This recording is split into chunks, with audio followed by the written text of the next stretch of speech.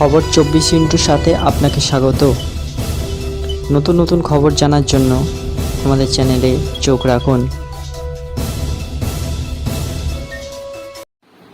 নমস্কার দর্শক বন্ধুরা, স্বাগত আমাদের এই চ্যানেলে। তৃণমূলের গোষ্ঠী কোন্দলে দফায় দফায় উত্তপ্ত কসবা। শনিবারের পর রবিবার রাতেও ইন্দু পার্কে চলল বোমাবাজির সঙ্গে চলল গুলি।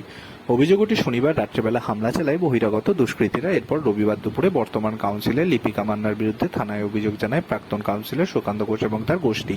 সেই কারণেই রবিবার রাতে হামলা চলে বলে দাবি এলাকাবাসীর। তবে যার বিরুদ্ধে এত অভিযোগ সেই কাউন্সিলর লিপিকা মান্নার প্রতিক্রিয়া এখনো পর্যন্ত পাওয়া যায়নি।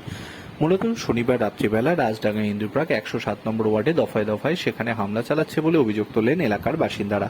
সেখানের কাউন্সিলর লিপিকা মান্নার দিকে আঙুল তোলেন তারা। কারণ হিসেবে উঠে আসছে এই ওয়ার্ডে তৃণমূল কংগ্রেস লোকসভা ভোটে খারাপ ফল করেছে, আর সেই দায় লিপিকার গোষ্ঠী ঠেলছে প্রাক্তন কাউন্সিলর সুশান্ত ঘোষ এবং তার অনুগামীদের দিকে।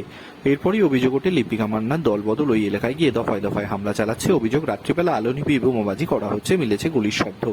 ঘটনাস্থলে পৌঁছেছে পুলিশ। লিখিত অভিযোগ দায়ের করা হয়েছে কসবা থানায়। স্থানীয় এক বাসিন্দা বলে, লিপিকা মান্নার ছেলেরা আমার মহিলাদের উপর অত্যাচার করেছে, নাইটি ধরে টানছে, পাশের আর এক মহিলাকে মেরেছেন। সুশান্ত কুমার ঘোষ বলেন, এই ঘটনা নির্বাচনের রেজাল্ট বেরোনোর পর থেকে আক্রমণ চলছে।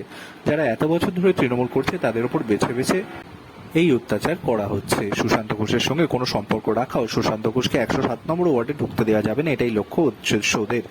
জেলার সভাপতি দেবাশিস কুমার ঘটনাটি জানিয়েছে, কিন্তু অজানা কারণে এদের পুলিশ কিছু বলে না। গতকাল থানায় কেন অভিযোগ জানানো হয়েছে, এই কারণে দুষ্কৃতী বাহিনী তাণ্ডব চালিয়েছে। দলীয় নেতৃত্ব এবং মমতা বন্দ্যোপাধ্যায়ের কাছে আমার অনুরোধ, আপনি নিজে ব্যাপারটা দেখুন, না হলে বড় ঘটনা ঘটে যেতে পারে। Bureau report.